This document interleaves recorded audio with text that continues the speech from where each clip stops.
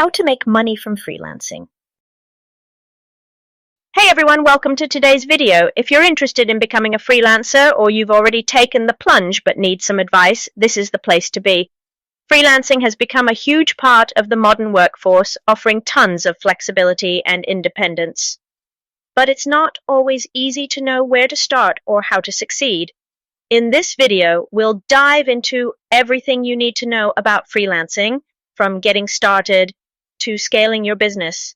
So let's jump right in.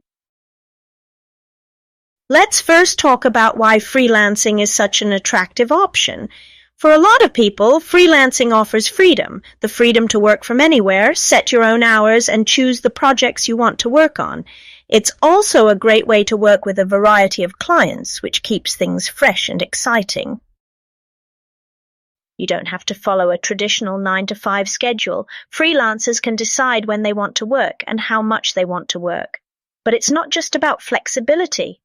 Freelancing also lets you tap into your creativity and talents, working on projects that resonate with you. Whether it's graphic design, writing, programming, or video editing, there's a freelancing opportunity for almost every skill set. But it's not all sunshine and rainbows. Freelancing can also mean juggling multiple clients, managing your own time, and dealing with inconsistent income. So let's go over how to get started. First things first, if you're considering freelancing, you need to figure out what skills or services you can offer. What are you good at? What do you love to do? This is where you'll want to narrow down your niche, whether that's writing, design, photography, or web development. Specializing can help you stand out from the crowd. Next, you'll need a portfolio. Your portfolio is your resume in the freelancing world. This should showcase your best work. If you're just starting out, you can offer a few services for free or at a discounted rate to build your portfolio. Don't worry, everyone starts somewhere. Once your portfolio is ready, you need to figure out where you'll find clients. There are tons of freelancing platforms out there like Upwork, Fiverr, and Freelancer. Each platform has its pros and cons, but they all offer an easy way to get your foot in the door. Additionally, having a solid LinkedIn profile is key. You can find clients through networking or simply by showcasing your work and skills on your profile. Now, freelancing is not just about what you do, it's about how you present yourself. Building a personal brand is crucial if you want to stand out. What makes you unique? Why should a client choose you over someone else?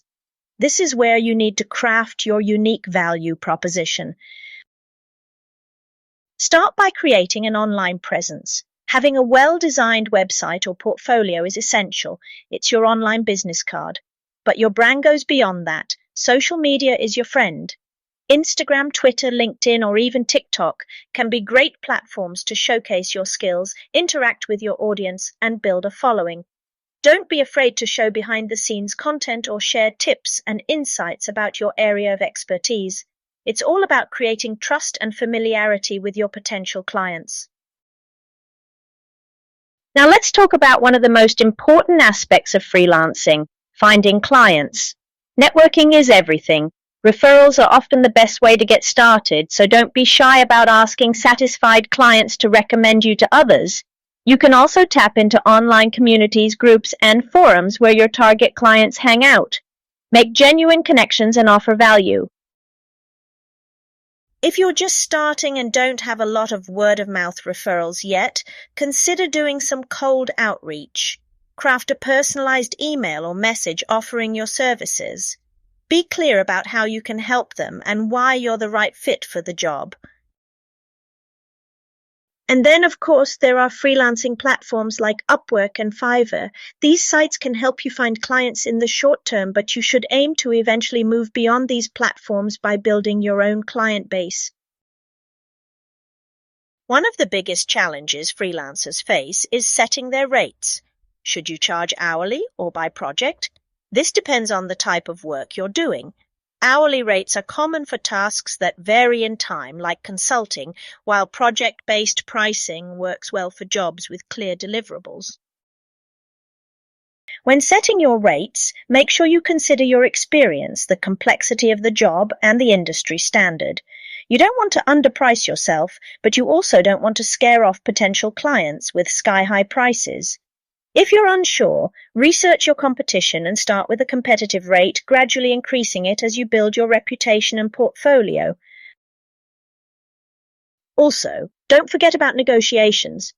Many clients will try to negotiate, so be prepared to either justify your rates or find a compromise that works for both of you.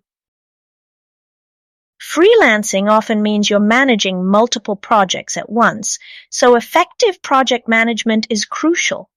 Tools like Trello, Asana, or Monday.com can help you stay organized and keep track of deadlines. Set clear expectations with your clients about project timelines and deliverables from the get-go. Time management is equally important. Set aside dedicated work hours, avoid distractions, and make sure you allocate enough time for each task. Freelancers often struggle with overworking, so it's important to set boundaries and take breaks. Remember, self-care is key to maintaining your productivity. While freelancing offers plenty of perks, it's not without its challenges.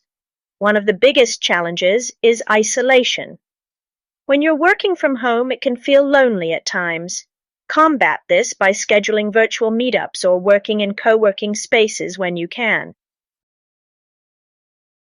Another challenge is inconsistent income. You might have feast and famine cycles where you have too much work one month and barely any the next. The key here is to manage your finances carefully. Save during the high months and diversify your income streams to smooth out those dips. Lastly, client issues can arise, whether it's late payments or miscommunications. Set clear terms and boundaries, and if needed, use contracts to protect both yourself and your clients. As you grow your client base, you might find yourself with more work than you can handle on your own. This is when it might be time to scale. You could either raise your rates or outsource parts of the work to other freelancers. Collaboration can help you expand your service offerings and take on larger projects. Another way to scale is to expand the services you offer. For instance, if you're a graphic designer, you might also offer website design or social media management. Freelancing is an incredible journey that comes with both challenges and rewards. Stay patient and persistent as you build your career. Don't forget to keep learning and improving your skills. And remember, every freelancer was once in your shoes, just starting out. If you're new to freelancing, I encourage you to take that first step today. Start small, build your portfolio, and gradually grow. You've got this.